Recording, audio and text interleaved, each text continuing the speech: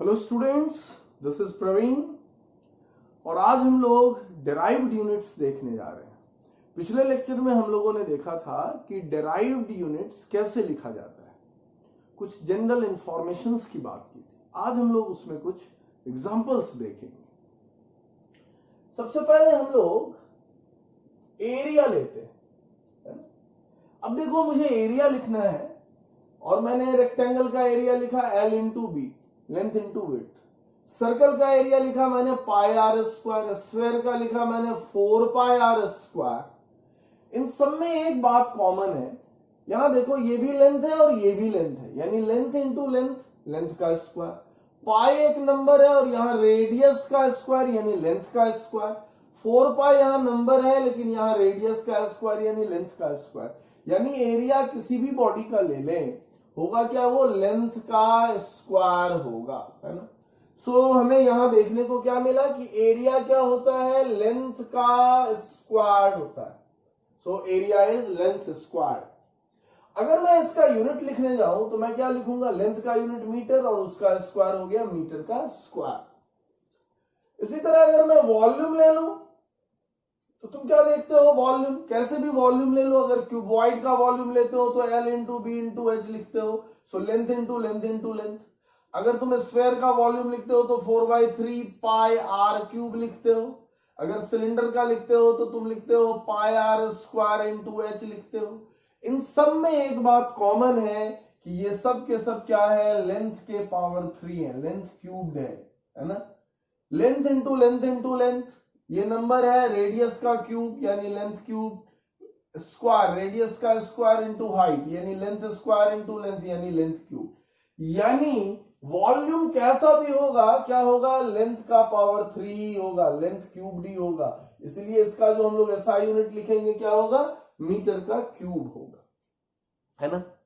अब देखो, अगर मैंने डेंसिटी चुन लिया तो डेंसिटी हम लोग कैसे डिफाइन करते हैं। मैं जानबूझ करके यहां पहले डेफिनेशन लिखता हूं।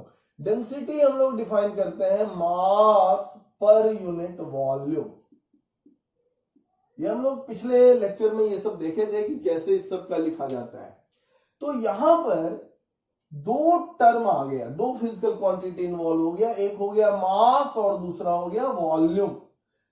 लेकिन वॉल्यूम वाले में क्या लगा हुआ है, पर यूनिट लगा हुआ है। तो मैं यहां पर डेंसिटी का क्या लिख सकता हूं, ये होगा मास बाय वॉल्यूम। मैंने बताया था पिछले लेक्चर में कि जिसमें पर यूनिट लग जाए उसको डिनोमिनेटर में कर लेना। तो डेंसिटी का हो गया मास बाय वॉल्यूम। सो मास का यूनिट क्या हो गया, किलोग्राम, और वॉल्यूम का यूनिट हो गया मीटर क्यूब। तो इसको हम लोग क्या लिखेंगे, किलोग्राम पर मीटर क्यूब। एक टर्म है स्पेसिफिक वॉल्यूम। स्पेसिफिक वॉल्यूम का क्या हो जाएगा, ये होता है वॉल्यूम अपॉन मास। तो इसका क्या हो जाएगा, वॉल्यूम का हो गया मीटर क्यूब अपॉन मास का हो गया किलोग्राम। तो ये हो गया मीटर क्यूब पर किलोग्राम, है ना। अब चलो हम लोग चलते हैं कि डिस्टेंस है और डिस्प्लेसमेंट है। अब इसके क्या यूनिट होंगे, तो गौर करके देखो। अगर कोई पार्टिकल यहां पर इस ए पॉइंट से यहां पर इस बी पॉइंट तक आ रहा है और वो इस रास्ते से आया, तो जिस पाथ को उसने फॉलो किया उस पाथ का जो लेंथ होगा उसे ही हम डिस्टेंस कहते हैं। इसका मतलब डिस्टेंस क्या हो गया, डिस्टेंस एक लेंथ हो गया। और डिस्प्लेसमेंट क्या है, डिस्प्लेसमेंट असल में इस ए पॉइंट, इनिशियल पॉइंट और फाइनल पॉइंट को मिलाने वाला जो एक वेक्टर होगा वो वेक्टर है डिस्प्लेसमेंट। अभी हम उसके बेसिक डेफिनेशन में नहीं जाते हैं। तो ये भी एक तरह से लेंथ ही है। सो अगर फंडामेंटल फिजिकल क्वांटिटी की बात की जाए तो डिस्प्लेसमेंट भी एक लेंथ ही है। इसीलिए डिस्टेंस या डिस्प्लेसमेंट दोनों के यूनिट क्या होंगे, मीटर होंगे, है ना। अब देखो, डिस्टेंस हमारा स्केलर क्वांटिटी और डिस्प्लेसमेंट हमारा वेक्टर क्वांटिटी है, लेकिन दोनों के यूनिट सेम है। असल में यूनिट देख के हम ये नहीं डिसाइड कर सकते हैं कि क्वांटिटी हमारा स्केलर है या वेक्टर है। क्वांटिटी स्केलर भी हो सकता है, वेक्टर भी हो सकता है। मतलब हम क्वांटिटी के नेचर को आइडेंटिफाई नहीं कर सकते हैं उसके यूनिट को देख करके। आओ कुछ और हम लोग फिजिकल क्वांटिटी सेलेक्ट करें।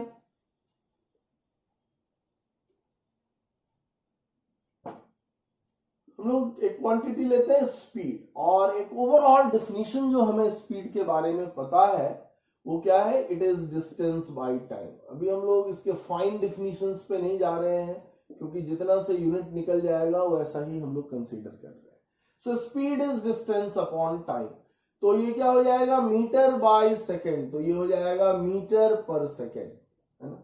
लेकिन इसको लिखते वक्त एक बात का ख्याल रखना है, जैसे मैंने मीटर ऐसे लिखा, मीटर सेकेंड और ऐसे लिखा, इसमें इसके मीनिंग बदल जा रहे हैं। यहां पर इसका मीनिंग हो गया मिली सेकेंड। अगर हमने बीच में स्पेस नहीं दिया ना तो ये इस सेकेंड का प्रीफिक्स हो जाता है, मिली सेकेंड हो गया, और ये स्पेस दे दिया बीच में यहां, है ना, तो ये हो गया मीटर सेकेंड। उसी तरह से बीच में स्पेस होना चाहिए। अब देखो यहां पर वेलोसिटी का अगर हम लोगों ने निकाला तो क्या हो जाएगा, वेलोसिटी, वेलोसिटी होता है डिस्प्लेसमेंट बाय टाइम, तो डिस्प्लेसमेंट का यूनिट हो गया मीटर, टाइम का यूनिट सेकेंड, तो ये भी हो गया मीटर पर सेकेंड। अभी मैं यहां पर सिलेक्ट कर रहा हूं एक मोमेंटम,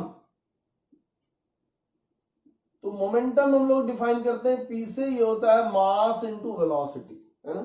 तो मास इनटू वेलोसिटी, इसका यूनिट क्या लिख सकते हैं, तो मास का यूनिट हो गया किलोग्राम और वेलोसिटी का यूनिट हो गया मीटर पर सेकेंड, तो ये हो गया किलोग्राम मीटर पर सेकेंड। अब देखो मैंने एक क्वांटिटी लिया एक्सेलरेशन, एक्सेलरेशन हम लोग डिफाइन करते हैं change in velocity by time interval. फॉर्मूले कैसे करते हैं, बराबर delta we upon delta T, change in velocity by time interval. तो अब ध्यान दो, चेंज इन वेलोसिटी मतलब वेलोसिटी माइनस वेलोसिटी, और ये मैंने पहले ही लेक्चर में बता दिया था कि change in a physical quantity का जो यूनिट लिखेंगे वो फिजिकल क्वांटिटी के यूनिट के बराबर होगा, यानी ये वेलोसिटी के यूनिट के बराबर होगा, यानी मीटर पर सेकेंड, और डिवाइडेड बाय टाइम इंटरवल का यूनिट क्या हो जाएगा, यह भी हो जाएगा टाइम के यूनिट के बराबर, सेकेंड, तो ये क्या हो गया, मीटर पर सेकेंड स्क्वायर, ये हो गया एक्सेलरेशन का यूनिट। अभी देखो हम लोग यहां पर एक क्वांटिटी लेते हैं फोर्स। अब इस फोर्स का यूनिट हम लोग कैसे लिख पाएंगे,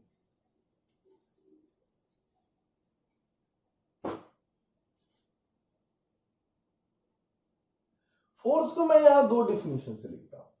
एक डेफिनेशन में लेता हूं फोर्स का कि F इक्वल्स ma, अगर मैं यहां से लिखूं तो मास का क्या हो जाएगा किलोग्राम, और एक्सेलरेशन का क्या हो जाएगा मीटर पर सेकेंड स्क्वायर। और दूसरा मैं फॉर्मूला यूज करता हूं फोर्स के लिए delta P by delta T, तुमने पढ़ा होगा rate of change of momentum के बराबर होता है। तो अगर मैं इसे rate of change of momentum के बराबर लिख रहा हूं तो इसका क्या होना चाहिए, चेंज इन मोमेंटम का वही यूनिट होगा जो मोमेंटम का यूनिट है, और मोमेंटम का यूनिट कितना आया है किलोग्राम मीटर पर सेकेंड, तो मैं लिखूंगा kilogram metre per second divided by ये क्या है टाइम इंटरवल, तो उसका वही यूनिट जो टाइम का यानी सेकेंड, और इसको अगर तुम लिखोगे तो क्या हो गया, ये kilogram metre per second square हो गया। अब गौर करो, चाहे तुम ये फॉर्मूला यूज करो चाहे ये, यूनिट सेम आएगा, बेस यूनिट सेम आया है ना। इसी kilogram metre per second square को हम लोग न्यूटन कह लेते हैं, है ना। और अगर सिंगल लेटर से रिप्रेजेंट करोगे, एब्रिविएट करोगे, तो ये हो जाएगा कैपिटल एन। ये एक ट्रेंड है, हम यूज कर सकते हैं कि बहुत सारे फिजिकल क्वांटिटीज का जो बेस यूनिट होते हैं उसको हम लोग कन्वर्ट कर लेते हैं कोई एक, क्योंकि बेस यूनिट में बहुत सारे यूनिट आ जाते हैं तो उसको रिप्लेस कर देते हैं एक सिंगल यूनिट फॉर्म में। और उसके लिए हम लोग जनरली सेलेक्ट करते हैं कोई ऐसे साइंटिस्ट को जिन्होंने उस पे काम किया है, उस फिजिकल क्वांटिटी पे। जैसे फोर्स पे न्यूटन ने काम किया है, तो न्यूटन को ऑनर करते हुए इसका नाम न्यूटन हो गया।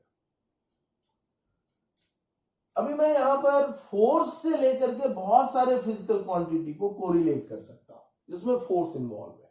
जैसे मैं यहां पर बात करूं एक क्वांटिटी इंपल्स की, तो इंपल्स क्या होता है, इंपल्स को आई से डिनोट करते हैं, ये होता है फोर्स इनटू टाइम इंटरवल, है ना।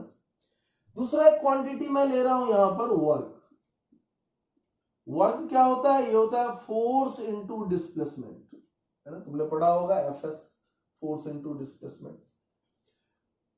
अभी मैंने पहले ही कहा कि मैं कोई फाइन डिफिनीशंस नहीं, शटल डिफिनीशंस नहीं यूज कर रहा हूं, मैं एक ब्लंट डिफिनीशन, ओवरऑल डिफिनीशन, जिससे कि हमारा यूनिट बड़े आराम से निकल जाए, वही यूज करने वाला हूं। अभी मैंने एक ले लिया यहां पर प्रेशर या स्ट्रेस, दोनों का एक ही जैसा होता है, तो इसको मैंने लिखा क्या? फोर्स अपॉन एरिया, है ना। प्रेशर या स्ट्रेस क्या हो जाएगा? Force upon area. और एक मैंने लिया surface tension. Surface tension is force upon length. और भी क्वांटिटीज हम लोग को रिलेट कर सकते हैं, लेकिन फिलहाल ये चार हम लोग यहां पर देखेंगे जिसमें फोर्स इन्वॉल्व है। अब देखो यहां पर वन बाय वन मैंने इंपल्स लिया, तो इंपल्स का अगर हमें यूनिट लिखना है तो मैं कह रहा हूं आई बराबर क्या है? F delta T. अब ध्यान से देखना, तो सबसे पहले अगर मैं इसका यूनिट बेस के टर्म में लिखूं तो मैं फोर्स के लिए क्या यूज करूंगा? Kilogram metre per second square into time interval का सेकंड हो गया, तो ये क्या हो जाएगा? किलोग्राम मीटर पर सेकंड हो जाएगा, है ना। दूसरा यूनिट मैं लिखना चाह रहा हूं डायरेक्ट, फोर्स का यूनिट हो जाएगा न्यूटन, टाइम का यूनिट सेकंड, तो मैं इसे न्यूटन सेकंड लिख रहा हूं। अब देखो बेस का भी यूनिट लिखा जा सकता है और ये भी, लेकिन इसमें क्वांटिटी का फील आ जाता है। क्या फील आने का मतलब? Newton stands for force, second stands for time, यानी ये फोर्स और टाइम का प्रोडक्ट है, यानी इंपल्स हो गया। अब देखो जैसे मैंने यहां लिखा वर्क, तो वर्क का क्या हो गया? Force into displacement. अब ध्यान से देखना क्या है, तो बेस के टर्म में अगर मैं लिखूं तो मैं लिखूंगा किलोग्राम मीटर पर सेकंड स्क्वायर इनटू मीटर, तो ये हो गया किलोग्राम मीटर, ये हो गया किलोग्राम मीटर स्क्वायर पर सेकंड स्क्वायर। मैं दूसरा यूनिट अगर लिखना चाहूं तो फोर्स की जगह पर क्या लिखूंगा? न्यूटन, और डिस्प्लेसमेंट की जगह पर मीटर, यानी न्यूटन मीटर। और इसी को हम लोगों ने नाम चुना कैसे? जूल, है ना, साइंटिस्ट के नाम पर। ये हो गया कैपिटल जे से एब्रिविएट करेंगे। अब देखो यहां पर जैसे मैंने लिया प्रेशर, है ना, तो प्रेशर का क्या है कि P equals F by area, force by area, है ना। ओवरऑल डिफिनीशन है, शटल डिफिनीशन में नहीं जाते हैं, या स्ट्रेस चुनते हैं, है ना, दोनों का तो एक ही आएगा। तो इसके लिए क्या यूनिट होगा? बेस यूनिट क्या हो जाएगा? Kilogram metre per second square by metre square, तो ये हो जाएगा किलोग्राम पर मीटर पर सेकेंड स्क्वायर, है ना। और दूसरा यूनिट अगर मैं सेलेक्ट करूं तो ये क्या हो जाएगा? Newton by metre square, force का न्यूटन और एरिया का मीटर स्क्वायर, तो ये हो जाएगा न्यूटन पर मीटर स्क्वायर। और मैं एक और यूनिट इसमें सेलेक्ट कर देता हूं, इस न्यूटन पर मीटर स्क्वायर के लिए हम लोग लिखते हैं पास्कल, है ना। पूरा नाम लिखूं तो मैं लिखूंगा पास्कल, और एब्रिविएशन में कैपिटल पी स्मॉल ए। ये ट्रेंड है कि अगर किसी साइंटिस्ट के नाम पर लिखा जाए और अगर सिंगल लेटर से एब्रिविएट करेंगे हम लोग तो कैपिटल लेटर से, और अगर डबल लेटर से एब्रिविएट करेंगे तो first letter capital, second letter small use करते हैं। चलो, और हमारा एक था सरफेस टेंशन, है ना।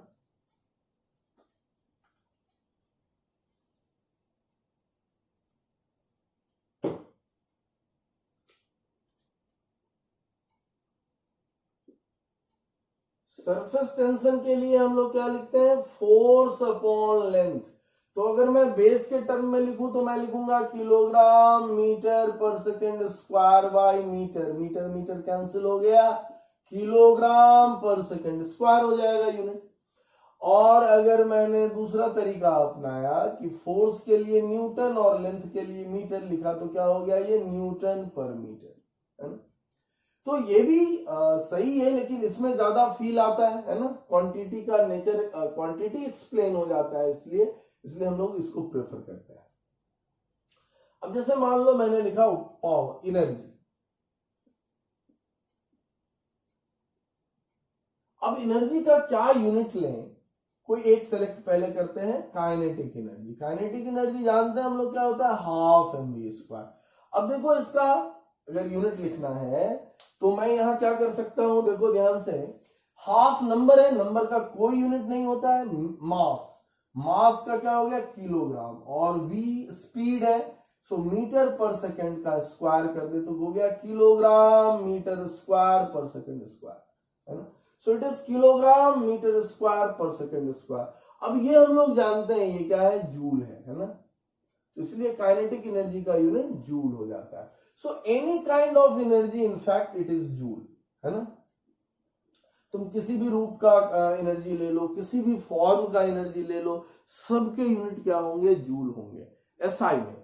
वैसे प्रैक्टिकल यूनिट्स अलग अलग रेल्म में अलग अलग हो जाता है ना। अगर हम लोग माइक्रोस्कोपिक वर्ल्ड में चले जाए, जहां पर हम लोग इलेक्ट्रॉन प्रोटॉन की बात करते हैं, वहां पर हम लोग जूल में नहीं लिखते हैं, वहां पर हम लोग एनर्जी का यूनिट इलेक्ट्रॉन वोल्ट में लेते हैं। तो इस तरह से अलग अलग जगह पे हम लोग अलग अलग यूज करते हैं। आओ अब यहां पर मैं लिख रहा हूं पावर का, तो पावर क्या होता है, rate of doing work, time rate of doing work, ऐसे हम लोग ओवरऑल डिफाइन कर लेते हैं। तो भाई वर्क का क्या हो जाएगा, kilogram metre square per second square by second, तो ये हो गया kilogram metre square per second cube, है ना, ये यूनिट हो गई। दूसरा क्या लिख सकते हैं हम लोग यहाँ पर, वर्क के जगह न्यूटन मीटर बाय सेकेंड, है ना, वर्क के जगह न्यूटन मीटर और यहाँ पर सेकेंड, तो ये हो गया न्यूटन मीटर पर सेकेंड। और क्या लिख सकते हैं हम लोग यहाँ पर, तो ये हो जाता है जूल बाय सेकेंड, यानी जूल पर सेकेंड। और इसी जूल पर सेकेंड के लिए हम लोग क्या लिखते हैं, वॉट लिखते हैं, ये भी साइंटिस्ट के नाम पर है वॉट, है ना, एब्रिविएशन में कैपिटल W से। तो अगर मैं यहां पर इस दोनों को ज्यादा प्रेफर करता हूं लिखते वक्त कि जूल पर सेकेंड से भी पावर आइडेंटिफाई हो जाता है, और वाट कहने से तो सीधे आइडेंटिफाई हो जाता है कि ये पावर है। पावर का एक और फॉर्मूला होता है P equals F into V, force into velocity. तो यहां से भी अगर देखोगे तो यही सब यूनिट आएगा, ये तो डायरेक्ट आ रहा है ना, न्यूटन फोर्स के लिए और वेलोसिटी के लिए मीटर पर सेकेंड। अब देखो इसी से एक और एसोसिएटेड क्वांटिटी है जिसको हम लोग कहते हैं इंटेंसिटी। तो इंटेंसिटी का क्या यूनिट हम लोग लिखेंगे, अभी हम लोग वही फिजिकल क्वांटिटीज लगातार चुन रहे हैं जो फिजिकल क्वांटिटी हम लोग लगभग पहले से देखते आ रहे हैं। 9th स्टैंडर्ड में हम लोगों ने इसे पहले से देखा है, इंटेंसिटी। तो इंटेंसिटी हम लोग कैसे डिफाइन करते हैं, तो पहले मैं इसका डिफिनीशन लिखूंगा और फिर फॉर्मूला यूज करूंगा, तब यूनिट निकालूंगा। तो इंटेंसिटी इज डिफाइंड एज, मोटे तौर पर, एनर्जी पर यूनिट टाइम पर unit area, energy per unit time पर यूनिट एरिया। तो तीन फिजिकल क्वांटिटी इन्वॉल्व हुआ, एनर्जी, टाइम और एरिया। तो मैं यहां पर इंटेंसिटी को क्या लिख सकता हूं, इंटेंसिटी बराबर होगा एनर्जी बाय, यहां पर क्या आया डिनोमिनेटर में टाइम, क्योंकि पर यूनिट लगा हुआ है, और पर यूनिट एरिया में भी लगा हुआ है, तो डिनोमिनेटर में क्या हो जाएगा, एरिया। तो इंटेंसिटी का फॉर्मूला क्या बना, energy upon time into area. अब इसके यूनिट लिखना कौन सी बड़ी बात, एनर्जी का क्या हो जाएगा, kilogram metre square per second square by second into area, यानी मीटर स्क्वायर। तो यहां पर मीटर स्क्वायर कैंसिल हो गया, और ये हो गया किलोग्राम पर सेकेंड क्यूब। दूसरा क्या लिख सकते हैं हम लोग, एनर्जी का लिख सकते हैं न्यूटन मीटर बाय टाइम का सेकेंड और एरिया का मीटर स्क्वायर, तो ये हो गया न्यूटन पर मीटर पर सेकेंड। और यूनिट क्या लिखेंगे हम लोग, एनर्जी का लिखेंगे जूल बाय टाइम का लिखेंगे सेकेंड और इसका एरिया का लिखेंगे मीटर स्क्वायर, तो ये हो जाएगा जूल पर मीटर स्क्वायर पर सेकेंड। और क्या यूनिट यूज कर सकते हैं हम लोग, यहां देखो joule by second, energy by time power हो गया, तो ये हो गया वॉट बाय मीटर स्क्वायर, तो ये हो गया वॉट पर मीटर स्क्वायर, है ना। लेकिन हम लोग यूनिट लिखते वक्त सबसे ज्यादा इसको प्रेफर करते हैं, इस सबको कम प्रेफर करेंगे, है ना। क्योंकि ऐसा कहने से वॉट यानी पावर बाय एरिया, असल में इंटेंसिटी को हम ऐसे भी डिफाइन कर सकते थे, एनर्जी बाय टाइम क्या हो गया, पावर और बाय एरिया, है ना। तो intensity is also defined as power per unit area, है ना। तो इससे ये डायरेक्ट पता चल जाता है कि ये इंटेंसिटी का यूनिट है ना। अभी देखो डिफिनिशंस के कुछ फायदे होते हैं, है ना। अभी जैसे मैं एक फिजिकल क्वांटिटी लिख रहा हूं जिससे तुमने नहीं देखा होगा या सुना होगा ज्यादातर उसके बारे में। क्या है वो quantity, it is solar constant.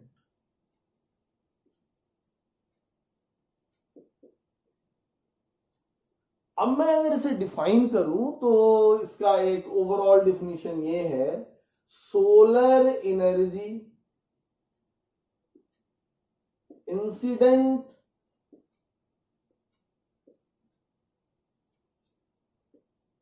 at a point on a surface of a planet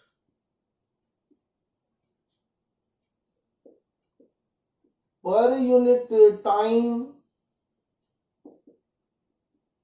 per unit area, है ना। तो अगर मैं सोलर कांस्टेंट को फॉर्मुलेट करना चाहूं तो मैं कैसे लिखूंगा, सोलर कांस्टेंट क्या है, कौन कौन से फिजिकल क्वांटिटी यहां पर इन्वॉल्व हुआ है, एक सोलर एनर्जी इन्वॉल्व हुआ है और कुछ बीच में लिखा हुआ है, फिर पर यूनिट टाइम है, पर यूनिट एरिया है। लेकिन इतना याद रहे कि टाइम और एरिया में पर यूनिट लग गया है। तो अगर मैं सोलर कांस्टेंट का फॉर्मूला लिखना चाहूं तो मैं लिखूंगा solar energy upon time into area, है ना। अब देखो इससे अगर हम लोग इसका यूनिट लिखें तो सोलर एनर्जी का यूनिट हो गया जूल, बाय टाइम का यूनिट हो गया सेकेंड, एरिया का हो गया मीटर स्क्वायर। तो ये हो गया जूल पर मीटर स्क्वायर पर सेकेंड, और जूल बाय सेकेंड वाट हो गया, तो ये वाट पर मीटर स्क्वायर हो गया। अगर गौर करके देखोगे तो सोलर कांस्टेंट बेसिकली है क्या, ये एक इंटेंसिटी है ना। अभी देखो जैसे हम लोग कहते हैं वेवलेंथ, है ना। अब इसका क्या यूनिट होगा, तो ये असल में लेंथ इन्वॉल्व है इसमें, है ना। वेवलेंथ तुम जानते हो, एक वेव के लेंथ को वेवलेंथ कहते हैं, है ना। अब हम शटल डिफिनिशंस में अभी नहीं जा रहे हैं, तो वेवलेंथ का यूनिट क्या हो जाएगा, मीटर। अब टाइम पीरियड आ गया, अब टाइम पीरियड नाम से ही क्लियर हो गया, इसका यूनिट क्या हो जाएगा, सेकेंड। और फ्रीक्वेंसी ये तुमने पढ़ा होगा, फ्रीक्वेंसी क्या होता है ना, number of oscillation in 1 second या इन 1 टाइम पीरियड। सो फ्रीक्वेंसी का क्या आता था, 1 बाय टाइम पीरियड, है ना।